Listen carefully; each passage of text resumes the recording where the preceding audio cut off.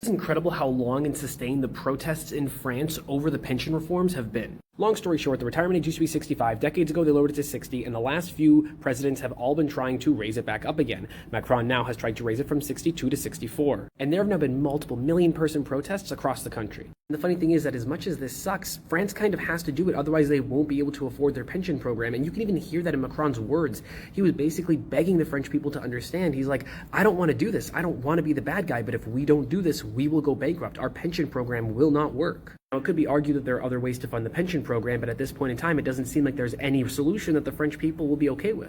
And as we start to see aging populations across the Western world, we're going to start seeing more and more issues like this.